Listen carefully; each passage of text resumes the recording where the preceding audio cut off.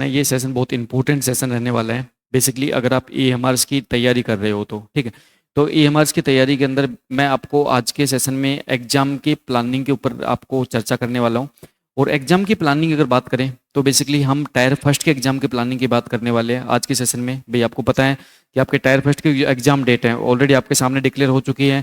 तो यहाँ पे अगर मैं एग्जाम डेट की बात करूँ तो भाई आपकी एग्जाम डेट आपकी क्या है, दिसंबर में आपकी डिक्लेयर हो चुकी है। ठीक, तो आपके एग्जाम डेट दिसंबर में आपके बेसिकली 3 डेट को एग्जाम आपका एग्जाम होने वाला है दिसंबर में। तो मान के चलो भाई 13 से लेके और 21 दिसंबर के बीच ही आपका एग्जाम रहेगा। और आज के दिन अगर मैं आपको भाई इस पर्टिकुलर एग्जाम के डेट के अकॉर्डिंग अगर हम बात करें कि आपके पास कितना टाइम बचा हुआ है, तो लगभग हम मान के चल रहे हैं कि हमारे पास प्योरली तैयारी करने के लिए लगभग हमारे पास 2 महीने के समथिंग का टाइम हमारे पास बचा हुआ है।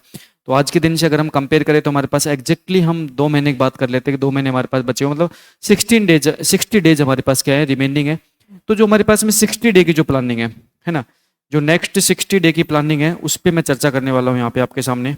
नेक्स्ट 60 डेज की जो प्लानिंग है उस 60 डेज की प्लानिंग में आपको टायर फर्स्ट के एग्जाम को कैसे क्रैक करना है और उसके बाद में आपको टायर सेकंड के एग्जाम के लिए कैसे प्रिपरेशन करनी है, इन सभी पॉइंट्स पर मैं आपको चर्चा करने वाला हूँ। देखो, अगर हम EMRs के टायर फर्स्ट के एग्जाम बात करें तो EMRs का जो टायर फर्स्ट का जो एग्जाम है, इस टायर फर्स्ट के एग्जाम में बेसिकली आपके पास में जो नंबर आपके जो कैलकुलेट होने वाले हैं वो आपके टोटल आपके 5 पार्ट जो है उसके बेस पे आपके नंबर कैलकुलेट होने वाले हैं। ठीक, तो मैं आपको 5 पार्ट्स के बेस पे बताने वाले हैं यहाँ पे। तो बेसिकली हम टायर फर्स्ट के एग्जाम को हम यहाँ पे डिवाइड कर रहे हैं 5 पार्ट में। तो सबसे पहले जो आपका पार्ट है वो क्या है, वो आपका जर्नल अवेयरनेस है ना, जर्नल अवेयरनेस का पार्ट है।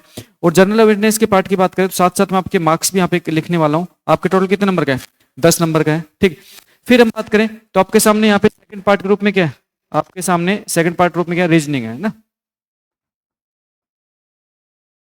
सेकंड पार्ट के रूप में आपके सामने यहाँ पे क्या है, रीजनिंग है। और रीजनिंग आपके सामने कितने नंबर की है भाई, 15 नंबर की है।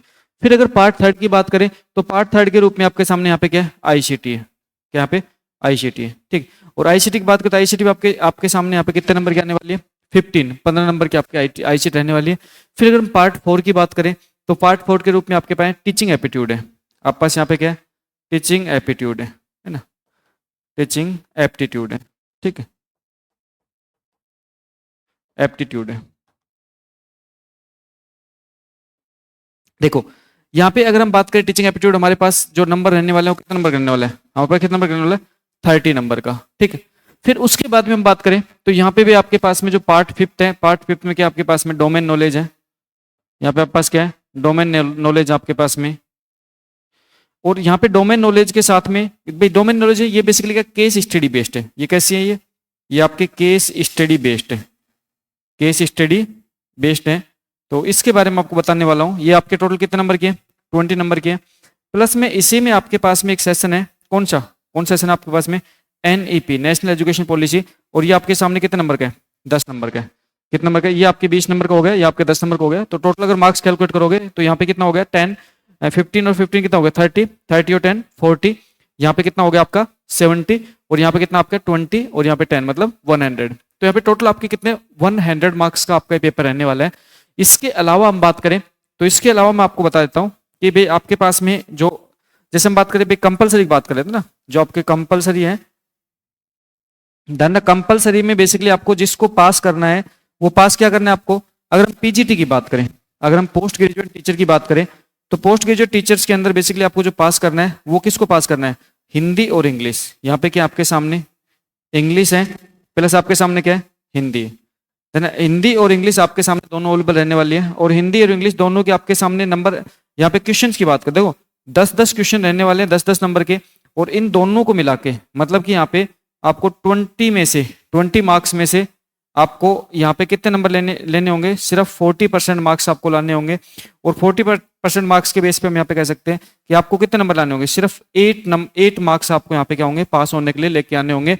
और यहाँ पे इंग्लिश और हिंदी दोनों में से आप किसी भी दोनों में से ना, इंग्लिश और हिंदी दोनों के कंबाइंड में आपको टोटल कितने नंबर लाने होंगे, आपको यहाँ पे 8 नंबर आपको यहाँ पे प्राप्त करने होंगे। और यहाँ पे सिर्फ एक क्वालिफाइंग नेचर का है। इसका मतलब है अब क्या रहने वाला है, अब यहाँ पे इस पर्टिकुलर ये जो आपका सेशन है कंपलसरी सेशन है, इसमें आपका ऊपर जो आपके सामने 100 नंबर का जो आपका पेपर रहने वाला है इसमें किसी टाइप से कोई रोल प्ले नहीं करने वाले सेशन। ठीक है, अब देखो अगर हम यहाँ पे बात करें तो हमारे पास में यहाँ पे जो बाकी जो रिमेनिंग सेशन है इन रिमेनिंग सेशन में हमें किन किन पॉइंट्स पे सबसे ज़्यादा फोकस करना चाहिए जिसपे कि हम कम समय में और हम अच्छे नंबर ला सके, ये हमारा सबसे इंपॉर्टेंट पॉइंट रहने वाला है।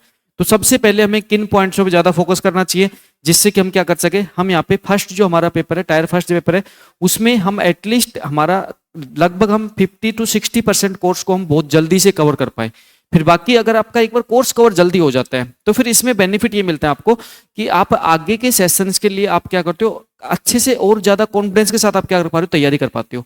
तो इसका मतलब है कि यहाँ पे सबसे इंपॉर्टेंट आपको किन किन सब्जेक्ट्स को आपको ज्यादा वेटेज के साथ आपको उन सब्जेक्ट्स पे ध्यान देना चाहिए जो क्या है, जो आपके क्या है, जो आपके बेसिकली अच्छे खासे वेटेज के है और साथ में आपके वहाँ पे जो वेटेज के साथ में आपका जो टाइम है वो बहुत कम है। तो उन सारे सब्जेक्ट्स की मैं आपके सामने यहाँ पे चर्चा करने वाला हूँ। तो देखो सबसे पहले बात करें तो यहाँ पे हम एक सेशन को, जैसे इस सेशन बात करें तो अगर मैं बात करूँ ना, अगर मैं प्रायोरिटी की बात करूँ, मेरे अकॉर्डिंग अगर मैं प्रायोरिटी की बात करूँ कि आपको कौन से सब्जेक्ट को किस प्रायोरिटी के बेस पे रखना चाहिए, तो मैं यहाँ पे हायर से लोअर प्रायोरिटी के ऊपर आपको डिस्कशन करने वाला हूँ। तो सबसे पहले है ना, सबसे पहले आप प्रायोरिटी के बेस पे सबसे पहले आप लेके चलो किसको, NEP है ना। NEP की बात करें तो ये बेसिकली हमारे पास क्या है, ये हमारे पास है नेशनल एजुकेशन पॉलिसी। ये क्या है, नेशनल एजुकेशन पॉलिसी, ठीक।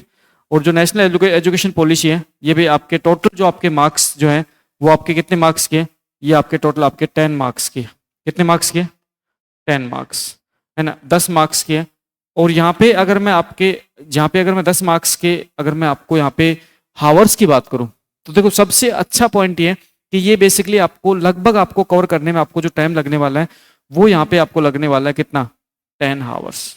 कितना लगने वाला है, 10 आवर्स। सिर्फ 10 घंटे में आप क्या कर पाओगे, यहाँ पे 10 नंबर क्लियर कर पाओगे, ठीक। और देखो मैंने जिस अकॉर्डिंग मैंने मेरे अकॉर्डिंग जो प्लानिंग मैं आपको बताने वाला हूँ उस प्लानिंग में आप अपने अकॉर्डिंग थोड़ा सा चेंजमेंट कर सकते हो, लेकिन मैं आपको परफेक्ट प्लानिंग आपको यहाँ बताने वाला हूँ। जो प्लानिंग आपको ये बताने वाली है कि बेसिकली यहाँ पे आपको किन किन सब्जेक्ट को प्रायोरिटी पे क्यों रखना चाहिए, रीजन के साथ बताने वाला हूँ। तो भाई जैसे NEP है, नेशनल एजुकेशन पॉलिसी है। नेशनल एजुकेशन पॉलिसी आपके बहुत बहुत बड़ा वाइड सिलेबस नहीं है, आपका क्या लिमिटेड सिलेबस है। और लिमिटेड सिलेबस का जो कंटेंट है वो मात्र आपके 10 आवर्स का कंटेंट है। तो आप यहाँ पे क्या कर पाओगे, यहाँ पे आप 10 आवर्स के कंटेंट्स को आप सबसे पहले आप क्या कर पाओगे, कवर कर पाओगे और 10 नंबर आपके क्या हो जाएंगे, फिक्स हो जाएंगे। और यहाँ पे जो क्वेश्चन बनते हैं बहुत इजी क्वेश्चन बनते हैं और आपके इजीली यहाँ पे क्वेश्चन क्या हो जाते हैं, अटेम्प्ट हो जाते हैं, ठीक। फिर नेक्स्ट आता है कि यहाँ पे हमारे पास में नेक्स्ट सब्जेक्ट के रूप में हम इनमें से किस सब्जेक्ट को पिक करें। देखो नेक्स्ट सब्जेक्ट के रूप में हमें कौन सा सब्जेक्ट पिक करना चाहिए, तो यहाँ पे फिर डिपेंड करता है कि आपका जो बैकग्राउंड है वो कैसा बैकग्राउंड है। जैसे मान के चलो अगर आप कंप्यूटर साइंस बैकग्राउंड के स्टूडेंट हो तो फिर आपको नेक्स्ट सब्जेक्ट ग्रुप में आपको ICT और फिर रीजनिंग को पिक करना चाहिए। अगर आप अदर जो टीचिंग मतलब अदर जो सब्जेक्ट्स हैं अगर उनसे उन बैकग्राउंड से अगर बिलोंग करते हो तो फिर आपको क्या टीचिंग एप्टीट्यूड वाला सब्जेक्ट आपको पहले कवर करना चाहिए, ठीक। तो इसके बाद देखो, इसके बाद हमें कवर करना चाहिए, जैसे अगर सेकंड की बात करें तो सेकंड की प्रायोरिटी पे हम यहाँ पे बात करेंगे, बेसिकली 2 सब्जेक्ट की बात करेंगे। देखो यहाँ पे आपको ICT मतलब इंफॉर्मेशन एंड कम्युनिकेशन टेक्नोलॉजी, यहाँ पे आपके ICT information and communication technology, information and communication technology, ठीक। अब है ना, यहाँ पे इंफॉर्मेशन और कम्युनिकेशन जो टेक्नोलॉजी है ये बेसिकली आपकी कितने नंबर की रहने वाली है, ये आपकी रहने वाली है 15 नंबर की, ठीक। 15 मार्क्स के, यहाँ पे 15 मार्क्स के लिए आपको यहाँ पे कंटेंट जो पढ़ना है वो कितने घंटे पढ़ना है, लगभग देखो मेरे अकॉर्डिंग यहाँ पे कितने 20 to 25 आवर्स। देखो ओनली फॉर 20 to 25 आवर्स अगर आप कंटेंट यहाँ पे स्टडी करते हो तो फिर यहाँ पे आपका क्या हो जाएगा, ये पूरा पार्ट आपका कवर हो जाएगा, कौन सा, ICT का, ठीक। अच्छा सेकंड देखो यहाँ पे फिर आप अपनी प्रायोरिटी है ना, अपनी प्रायोरिटी आप सेट कर सकते हो।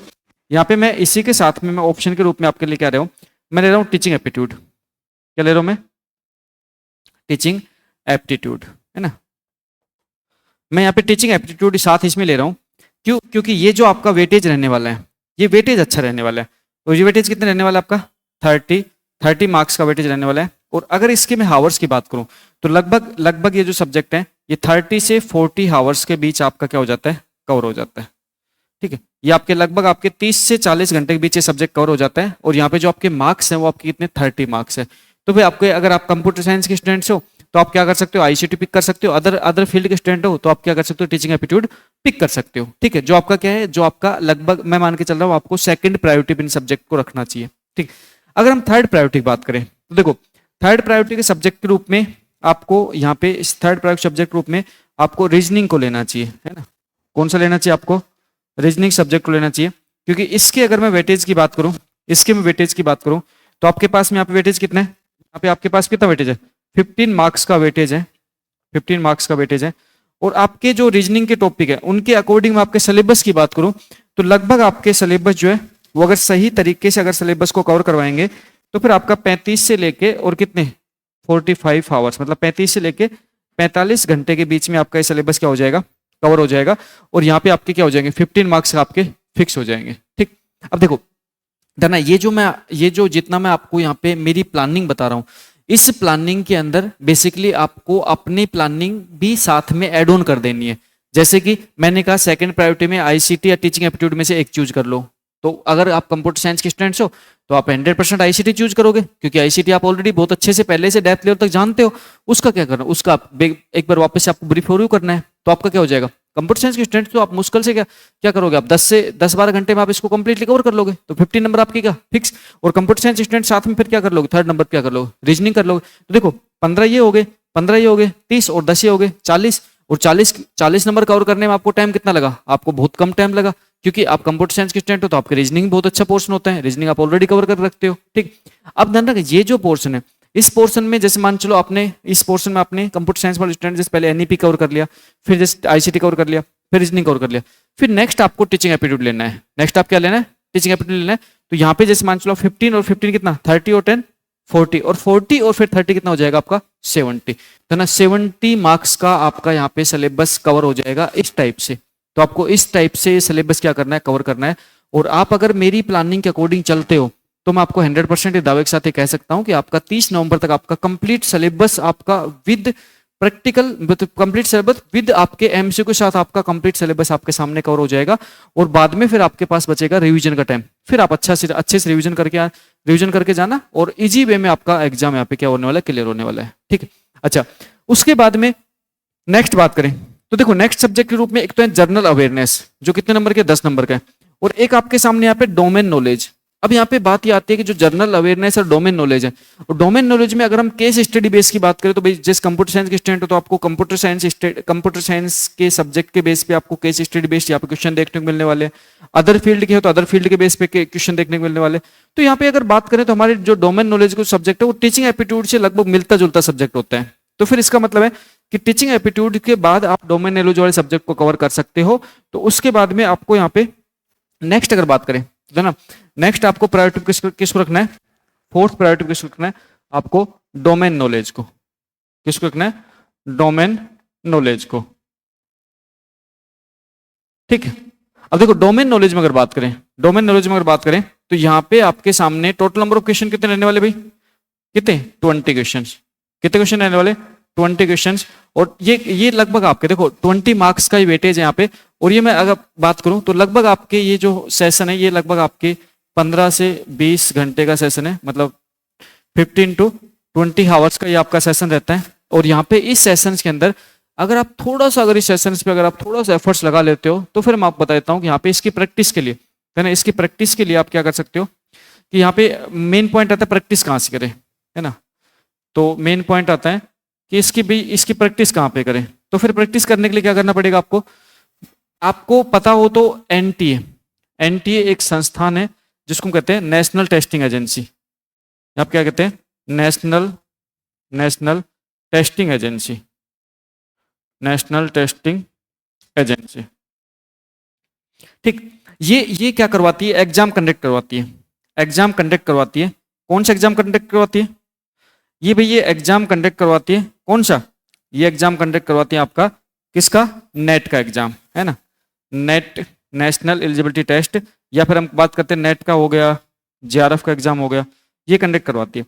और उस टाइम पे इसका जो एग्जाम में जो पेपर फर्स्ट होता है, नेट जेआरएफ के एग्जाम के अंदर जो पेपर फर्स्ट होता है, यहाँ पे जो आपका पेपर जो फर्स्ट होता है, पहला जो पेपर होता है, पेपर जो फर्स्ट होता है, फर्स्ट पेपर में आपके क्वेश्चंस आते हैं किसके, आपके टीचिंग एप्टीट्यूड के और डोमेन नॉलेज के।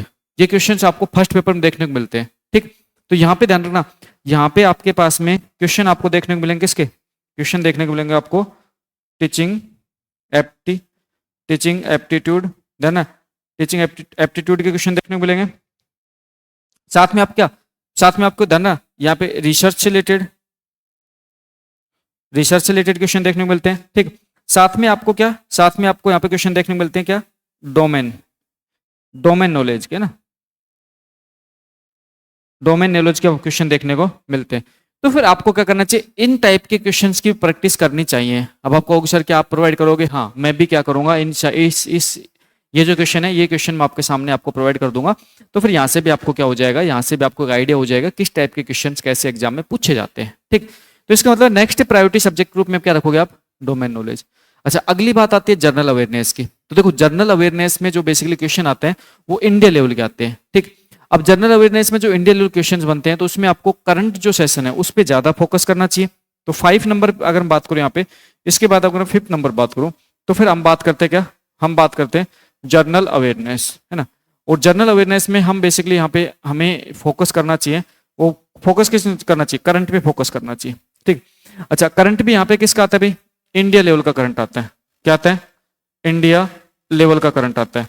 अब आपको इंडिया लेवल का करंट लगभग कितना आता है, तो मैं मान के चलते आपके करंट में आपके 6 मंथ का करंट जो है, 6 मंथ्स का जो करंट है वो आपका अच्छा खासा रोल प्ले करता है। बट हाँ, आपको इससे थोड़ा सा ज्यादा भी करंट पढ़ लेना चाहिए। और करंट के लिए तो भाई जनरली आपको यूट्यूब पे भी आपको सेशन बहुत सारे देखने को मिल जाते हैं। और साथ में अगर आप रेगुलर न्यूज़पेपर भी अगर आप स्टडी करते हो तो करंट आपका वहां से भी तैयार हो जाता है।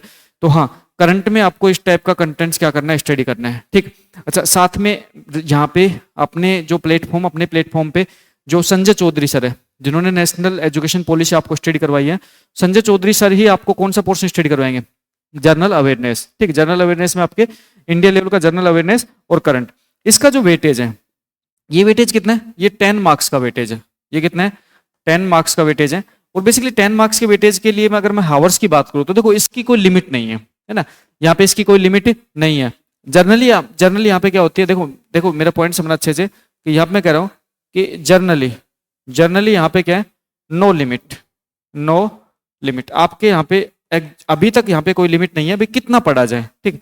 फिर भी हम मान के चलते हैं कि इस सेशन को हम 15 से 20 हावर्स के अंदर हम कोशिश करेंगे कि 15 से 20 घंटे में ये सेशन आपके लिए एक अच्छे तरीके से आपके लिए करवा के आपको इसमें से आपको अच्छे खासे क्वेश्चंस देखने को मिल जाए, ठीक। बट हाँ, ये जो सेशन है, ये सेशन आपको सबसे लास्ट में तैयार करना चाहिए।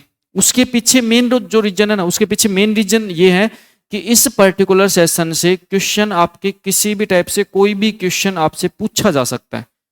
लेकिन हाँ, इससे जो क्वेश्चन पूछा जाएगा ना, वो क्वेश्चन आपका रहेगा, आपका क्वेश्चन डायरेक्ट, कहते हैं ना direct point two point question रहेगा। इसका मतलब इसमें डेप्थ लेवल क्वेश्चन नहीं बनता है। आप प्रीवियस ईयर जितने क्वेश्चन पेपर को उठा के देखोगे, चाहे वो ईएमआर का क्वेश्चन पेपर हो, चाहे वो केवीएस का हो, चाहे वो एनवीएस का हो, तो फिर इसमें जो क्वेश्चन आपसे पूछे जाते हैं वो आपके क्वेश्चन नॉर्मल क्वेश्चन इससे पुट होते हैं। तो ये जो सेशन है, इस सेशन में भी आप, अगर आपका ये सेशन बिल्कुल भी अच्छा नहीं है ना, तब भी अगर आप करंट पढ़ के जाते हो तो इसके आप में 3-4 क्वेश्चन इस सेशन से आप अच्छे से कवर कर पाओगे और यहाँ पे आपका ये सेशन है आपका कंप्लीट हो जाएगा। तो इस टाइप से आपको क्या करनी चाहिए, सब्जेक्ट की प्रायोरिटी सेट करनी चाहिए। अब जो मैंने प्रायोरिटी बताई है, इस प्रायोरिटी में आप अपने प्लानिंग के अकॉर्डिंग थोड़ा बहुत आप क्या कर सकते हो, अप डाउन कर सकते हो, चेंज कर सकते हो, वो कोई इश्यू नहीं है। थोड़ा बहुत अप डाउन करोगे, चेंज करोगे, उससे कोई बड़ा इंपैक्ट नहीं डलने वाला। लेकिन हाँ, ये जो प्रायोरिटी है, इस प्रायोरिटी के अकॉर्डिंग आप चलोगे तो फिर आपका जो पेपर जो है उसमें जो आपका शॉर्टेस्ट जो कम जो समय बचा हुआ ना, ये फिर आपको ऐसा नहीं लगेगा कि बहुत कम समय बचा हुआ है, क्योंकि भाई ईएमआर का एग्जाम हो गया, अब आगे आने वाली आपकी केवीएस की वैकेंसी है।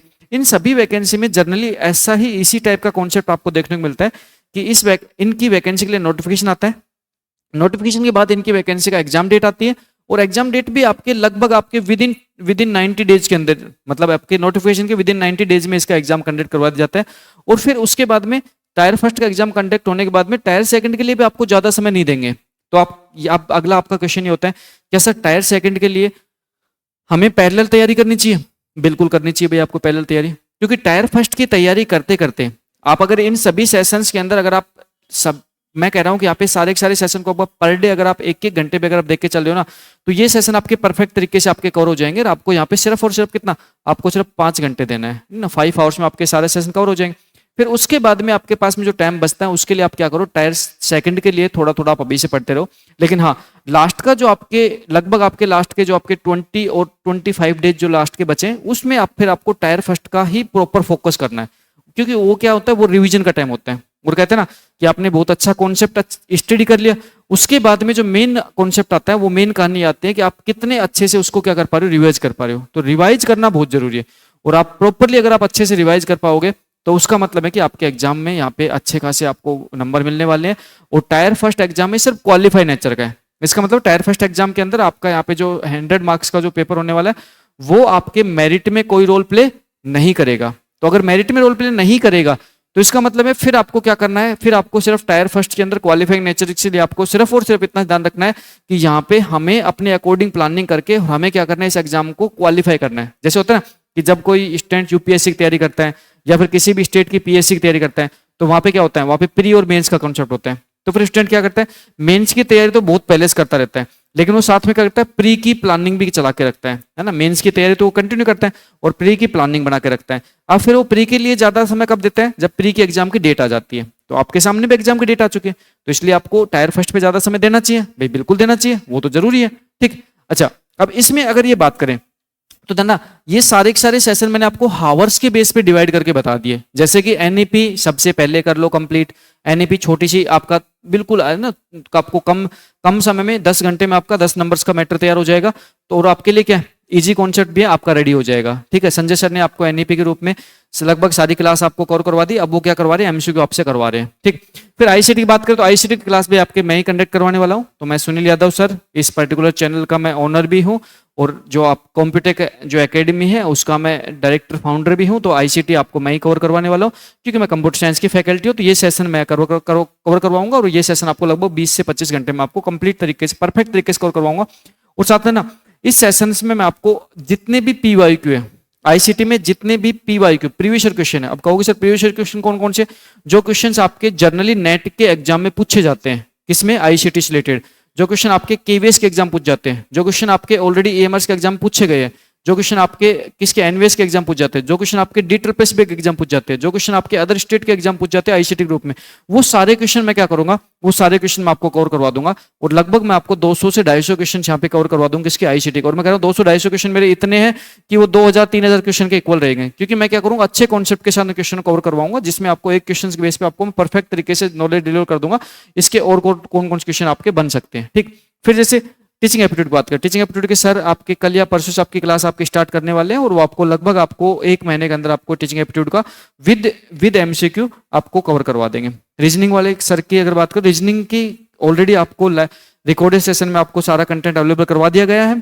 लाइव सेशन की क्लास आपकी रीजनिंग की आफ्टर दिवाली स्टार्ट हो जाएंगी, जो आपके लाइव के रूप में भी आपको कवर करवा देंगे। ठीक है, फिर जैसे बात करें डोमेन नॉलेज की बात करें, तो डोमेन नॉलेज के जो सेशन है वो आपके जो टीचिंग एप्टीट्यूड वाले सर हैं वही आपको कवर करवाएंगे। फिर लास्ट में अगर बात करें तो आपका क्या जीए मतलब जनरल अवेयरनेस है। ठीक है, तो ये आपका जो है संजय चौधरी सर आपको कवर करवाएंगे। और यहाँ पे जितनी भी प्लानिंग है, ये जितना प्लानिंग है और ये जो पार्ट है, जैसे इस पार्ट की बात करूँ तो यार ना ये जो डोमेन नॉलेज हो गया, टीचिंग एप्टीट्यूड हो गया, ये आपके बहुत अच्छा खासा रोल प्ले कर रहा है। क्योंकि यहाँ पे क्या है, टीचिंग एप्टीट्यूड 30 क्वेश्चन का है और डोमेन नॉलेज आपका 20 क्वेश्चन का है, और आपके टोटल का 50% रोल प्ले कर रहा है। तो यहाँ पे फिर आपको अच्छी ही फैकल्टी, परफेक्ट फैकल्टी के साथ यहाँ पे एक सेशन आपको करवाया जाएगा, और साथ में प्रीवियस ईयर क्वेश्चंस पे बहुत ज्यादा फोकस किया जाएगा। उनकी सहायता से आपके लिए एक सरप्राइज प्लान रहेगा कि आप क्या करो, इस पर्टिकुलर एग्जाम में आप अच्छे खासे मार्क्स से आप क्वालिफाई कर पाओ, और टायर सेकंड के लिए आप क्या हो जाओ, एलिजिबल हो जाओ। ठीक, अच्छा, इससे पहले जो मैंने सेशन लिए थे उसमें मैंने आपको इस पर्टिकुलर एग्जाम के लिए आपको किस तरीके से तैयार करनी चाहिए, डिस्क्रिप्टिव में कैसे किस टाइप से आपको लिखना चाहिए, उन सभी पॉइंटों में आपको फोकस करवा के मैंने आपको बहुत अच्छे तरीके से मैंने पूरा प्रिपरेशन करवाया था। वो भी सारे सेशन में आपको मेरे ऑलरेडी आपके लिए अवेलेबल है। और धरना ये जो पर्टिकुलर सेशन है, इस पर्टिकुलर सेशन को लेने के पीछे मेरा टारगेट यही है कि आप अपनी प्लानिंग अभी से सेट कर लो, क्योंकि परफेक्ट प्लानिंग जो होती है ना, वही आपके एग्जाम को क्रैक करवाने में आपकी हेल्प करती है। तो आपको क्या करनी है, आप अपनी परफेक्ट प्लानिंग सेट करनी है, और परफेक्ट प्लानिंग के साथ आपको एग्जाम फाइट करना है। और मैं 100% दावे के साथ कह सकता हूं कि अगर आपने परफेक्ट प्लानिंग अपनी सेट कर ली और परफेक्ट प्लानिंग हमारी प्लानिंग अकॉर्डिंग आप चलते हो, तो आप 100% इस एग्जाम को क्वालिफाई कर पाओगे, ये मेरी गारंटी है। तो जल्दी ही नेक्स्ट सेशन में अगले बात पे बात करेंगे, और नेक्स्ट सेशन में आपके सामने लेके आने वाला हूँ कौन सा, आईसीटी का सेशन। और आईसीटी में आपको गारंटी के साथ, ये दावे के साथ कह सकता हूँ, आईसीटी सेशन में आपको बहुत जबरदस्त तरीके से स्टडी करवाऊंगा। और अगर आप कंप्यूटर साइंस के स्टूडेंट नहीं भी हो ना, तो फिर मुझे कोई फर्क नहीं पड़ता, मैं आपको आईसीटी में तो आपको कंप्यूटर साइंस की दुनिया में आपको फील करवाऊंगा कि कंप्यूटर में आईसीटी के जो क्वेश्चन होते हैं बहुत इजी होते हैं, 15 नंबर लाने यहाँ पे बहुत आसान होते हैं। आप इजी वे में आप 15 में से आराम से 12, 13, 14 नंबर तक आप स्कोर कर सकते हो। ठीक है, और अगेन आपको बहुत सारी शुभकामनाएं इस एग्जाम के लिए। अभी से मेरी तरफ से आपको बेस्ट ऑफ लक आपकी प्लानिंग के लिए, हमारी प्लानिंग के लिए। और बहुत जल्दी ही मिलते हैं आईसीटी के सेशन में आपके साथ, बहुत शानदार तरीके से करवाएंगे, सारे के सारे पीवाईक्यू कवर करवा देंगे। आईसीटी आपका 15 नंबर आपके हो गए पक्के, जैसे एनईपी के आपके 10 नंबर पक्के हुए ना, इस टाइप से आईसीटी के 15 नंबर पक्के करवाएंगे। और इसी टाइप से आपके अदर सेशन आपके सामने चलते रहेंगे। हिंदी इंग्लिश की क्लास आपकी ऑलरेडी रनिंग है, हिंदी इंग्लिश क्लास में सिर्फ आपको पास होना है, तो कोई इश्यू नहीं है, आप इजीली उस सेशन को भी आप कवर कर पाओगे। टीजीटी, अगर आपने टीजीटी के बेस पे फॉर्म भरा है, तो टीजीटी में आपका एक एक्स्ट्रा सेशन के रूप में जो सेशन है वो आप सबको पहले पता है कि यहाँ पे जब हम टीजीटी की बात करते हैं, है ना, जब टीजीटी की बात करते हैं तो फिर आपका जो कंपलसरी पार्ट है ना, जो आपका कंपलसरी पार्ट है, जो आपका कंपलसरी पार्ट है, उस कंपलसरी पार्ट के अंदर यहाँ पे आपके सामने 30 क्वेश्चन हो जाएंगे। और 30 क्वेश्चन कैसे हो जाएंगे, ध्यान देना यहाँ पे 30 क्वेश्चन कैसे हो जाएंगे, English plus Hindi, English plus Hindi plus regional language, है ना, प्लस क्या है आपका रीजनल लैंग्वेज। ओके, और यहाँ पे अगर रीजनल लैंग्वेज की बात करें तो रीजनल लैंग्वेज के रूप में आप यहाँ पे हिंदी और इंग्लिश में से भी लैंग्वेज चूज कर सकते हो। धरना यहाँ पे आपके सामने ऑप्शन है इंग्लिश चूज करने का, यहाँ पे आपके सामने ऑप्शन है हिंदी चूज करने का, एंड अदर। फिर आप भाई अदर स्टेट से बिलोंग करते हो, आपके अगर और कोई लैंग्वेजेस जिसमें आपने ऑलरेडी स्टडी कर रखी है तो फिर वो भी चूज कर सकते हो। ठीक, अच्छा, वेटेज कैसे रहता है, वही सेम कॉन्सेप्ट, 10 प्लस क्या 10, कंबाइंड 30 और 30 मार्क्स में से आप कितने लेने, 40%। इसका मतलब है कि यहाँ पे सिर्फ और सिर्फ आप कितने नंबर लेके आने हैं, 12 नंबर। अब फिर आपके सामने और सहूलियत हो जाती है, जैसे कैसे सहूलियत हो जाती है यहाँ पे कि मान के चलो किसी स्टूडेंट्स की इंग्लिश कमजोर है, तो फिर आप क्या करो, आप हिंदी पे अच्छे से फोकस कर लो, क्योंकि हिंदी कितने क्वेश्चन हो जाएंगे, 20 क्वेश्चन हो जाएंगे। रीजनल लैंग्वेज में आपने क्या चूज किया, हिंदी चूज किए, तो आपके हिंदी कितने क्वेश्चन हो जाएंगे, 20 क्वेश्चन हो जाएंगे। तो हिंदी के अगर 20 क्वेश्चन हो जाएंगे तो 20 में से आपको क्या लेना, 12 नंबर लेके आने हैं, तो 12 नंबर तो आपके अकेले हिंदी में आ जाएंगे। तो फिर ना यहाँ पे टीजीटी के अंदर क्या हो जाता है, आपके और ज्यादा सहूलियत हो जाती है। तो इस टाइप से ये सारे के सारे जो आपके ये जितने भी सेशंस आपके सामने जो अभी कंडक्ट करवाए जा रहे हैं, जो आपके अलग अलग टीचर्स जो आपको अलग अलग सब्जेक्ट्स जो आपको स्टडी करवा रहे हैं, ये सारी की सारी स्टडी आपकी प्लानिंग फेज के अकॉर्डिंग आपकी चल रही है। और मैं आपको ये कह रहा हूँ कि आपकी भी प्लानिंग सेट हो जानी चाहिए। ठीक है, तो आपने अभी तक प्लानिंग नहीं बनाई है तो अपनी प्लानिंग सेट कर लीजिए। मैंने मेरी प्रायोरिटी के बेस पे आपको सब्जेक्ट बताए हैं, आप अपनी प्रायोरिटी के बेस पे सब्जेक्ट को ऊपर नीचे जरूर कर लेना, क्योंकि आप अगर कंप्यूटर साइंस फील्ड से के स्टूडेंट हो या फिर अदर फील्ड के स्टूडेंट हो, या फिर आप अदर फील्ड के स्टूडेंट के अलावा जो अदर वैकेंसी है, जैसे लाइब्रेरियन की वैकेंसी है, उसके अलावा जो और भी जो अदर वैकेंसी है उनकी अगर आप तैयारी कर रहे हो, तो फिर आपको क्या करना है, उसके अकॉर्डिंग अपनी प्लानिंग सेट करनी है। बट हाँ, मैं दावे के साथ कह सकता हूं कि आपको टायर फर्स्ट के एग्जाम को क्लियर करने में आपको बहुत अच्छा, मतलब क्लियर करने के लिए आपको ज्यादा एफर्ट नहीं लगाने, क्योंकि इस बार टायर फर्स्ट के एग्जाम के लिए जो सिलेबस डिक्लेयर किया है ना, वो बहुत ही ईजी सा सिलेबस है। बस ये है कि आपको उस सिलेबस में अपनी प्लानिंग अच्छी सेट करनी है, और वो प्लानिंग मैंने सारी आपको बहुत अच्छे तरीके से यहाँ पे सेट करके बता दी। आप अपनी प्लानिंग भी सेट कर लेना, अपने सारे हावर सेट कर लेना, और अभी से कंटिन्यू पर डे सभी सब्जेक्ट को इक्वल प्रायोरिटी के साथ, मतलब प्रायोरिटी डिसाइड करके, और सभी सब्जेक्ट को क्या दो, अभी से अपने सभी सब्जेक्ट के लिए अपने हावर्स डिसाइड करके और पूरा क्या कर लो, उनके लिए पूरा एक टाइम टेबल सेट कर लो, और उसके अकॉर्डिंग सभी सब्जेक्ट को क्लियर कर चले जाओ। और लास्ट के जो आपके 20 से 25 डेज बचे, उसमें फिर आपको अच्छे तरीके से क्या करना है, सभी सब्जेक्ट को अच्छे तरीके से रिवाइज कर लेना है, और एमसीक्यू प्रैक्टिस कर लेनी है, पीवाई को प्रैक्टिस कर लेनी है। आपका एग्जाम इजी वे में आपका एग्जाम क्लियर हो जाएगा। टायर फर्स्ट, टायर सेकंड के लिए जो आपका डिस्क्रिप्टिव पोर्शन है वो आप मेरे ऊपर छोड़ दो, मैं आपको परफेक्ट तरीके से उसकी पूरी प्लानिंग के साथ उसको लिखना बताऊंगा। आपको डिस्क्रिप्टिव में आपको बताऊंगा कि आपको कौन कौन से पॉइंट्स को किस किस तरीके से लिखना चाहिए, आपको डायग्राम कहाँ पे बनाना चाहिए, किस किस टाइप से कैसे आपको क्या क्या पॉइंट्स को एड ऑन करना चाहिए डायग्राम के साथ, वो सभी पॉइंट्स मैं आपको बहुत अच्छे तरीके से करवाने वाला हूं। अगर आप कंप्यूटर साइंस के स्टूडेंट हो तो निश्चिंत रहो, वो सब कुछ आपके सामने बहुत इजी तरीके से हो जाएगा। बस पहले टायर फर्स्ट कर लो, ठीक है, फिर अपने पास आ जाना, क्योंकि अपने ऑनलाइन ऑफलाइन दोनों मोड में अपने बैच अवेलेबल है। तो ऑफलाइन भी अपन बहुत अच्छे तरीके से तैयारी करवाएंगे, किसकी, टायर सेकंड की, डिस्क्रिप्टिव पेपर की ऑफ ऑनलाइन अपनी चली रही है, साथ में आपका ऑनलाइन सेशन में टायर फर्स्ट टायर सेकंड के लिए क्लास चल रही है, और बाद में पूरा डिस्क्रिप्टिव अच्छे से फोकस करेंगे। Okay, thank you, take care.